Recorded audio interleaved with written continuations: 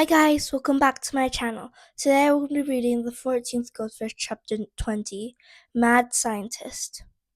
Halloween's coming up fast. This is the first year I won't be going trick-or-treating.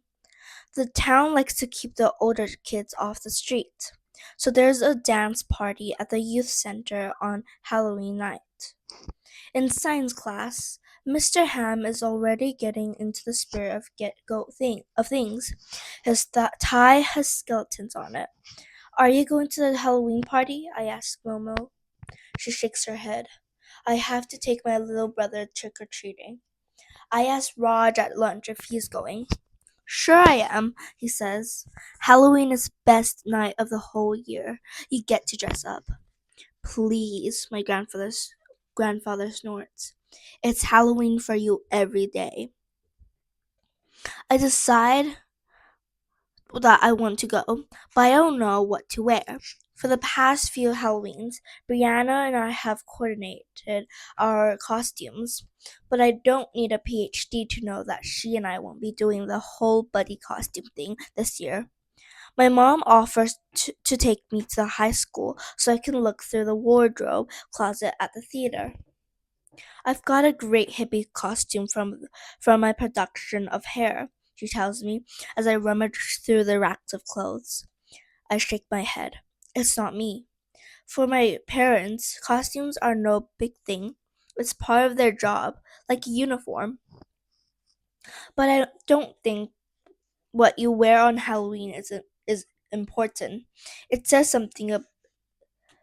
It says something about you, who you are, and what you want to be. There's got to be a reason so many girls go around dressed as princesses and witches. I dig through, and when I see it, I know instantly that it's perfect. I don't know why I didn't think of it in the first place. On Halloween night, I hole up in my room, getting dressed. When I make my grand entrance, my mom and Ben are already sitting up the front porch, big bowls of candy on their laps. They're in costume too. She's dressed as Little Bo Peep, complete with a crinoline skirt and a shepherdess's crook. But it's Ben's costume that makes it. He's dressed up as the sheep. He's wearing a fluffy white costume and has a sign on his chest that says, I'm not lost. I just hate asking for the directions. Bah, Ben says. I laugh, but my grandfather shakes his head like he doesn't understand.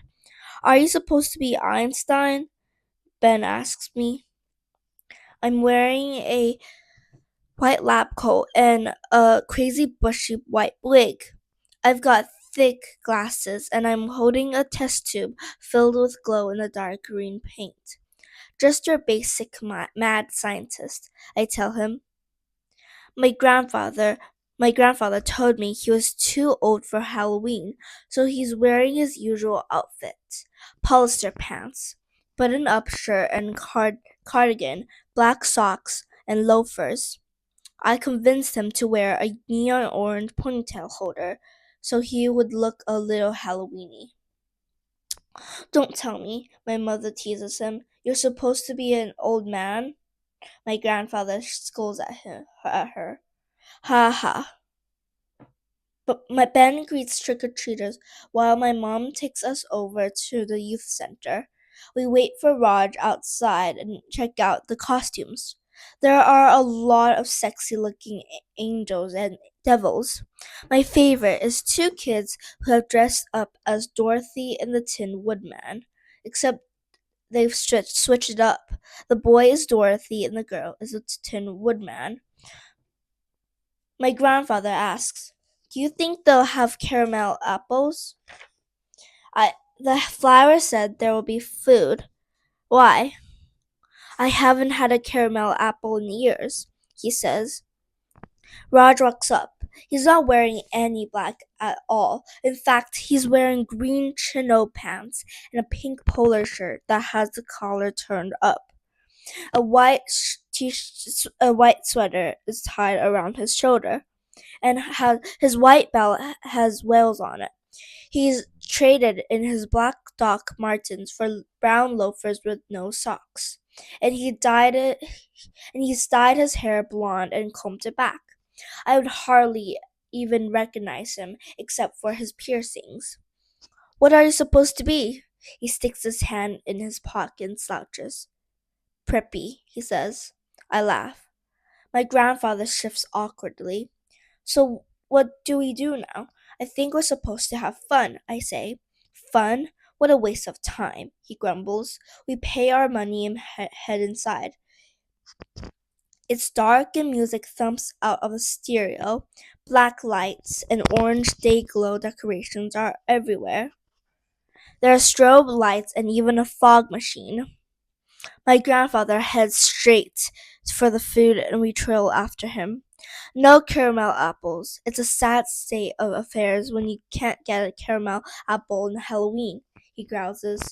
I feel a twinge of unease now I'm here. I'm not much of a dancer. Even though I've taken ballet, tap, and jazz. My parents are big believers that all theater people should know how to dance. It's the whole being on stage thing. I always freeze up or overthink the steps and how I look doing them. It's hard to relax when everyone is watching you. A bouncy pop song comes on. Wanna dance? Rod asks. My dancing days are over, my grandfather replies. Not you, Raj clarifies. Ellie. I feel my cheeks heat up. Sure, I whisper. I don't know if it's the music or the dark or the safety of the costume, but the nervousness I usually feel when stepping onto a dance floor melts away, and I find myself jumping and twirling next to George. The music pounds like a pulse through the floor, and it's so loud you can't think. It feels like the undertone toll of the ocean, and I'm just swept along. Everything reduces to senses. The sticky heat of the air, the brush of an elbow, the flash of a strobe light. I'm a jellyfish glowing in the dark sea, bright and brilliant, just waiting to be discovered. When the music stops, my eyes meet Roger's and we both gasp, grinning at each other. And then I look around for my grandfather. He's slumped in a chair and on the side of the room, his head nodding into his chest, fast asleep, like an old man. Bye guys, thank you for watching my video. If you don't want to miss out on any of my videos, don't forget to subscribe and I'll see you guys in a new chapter. Bye!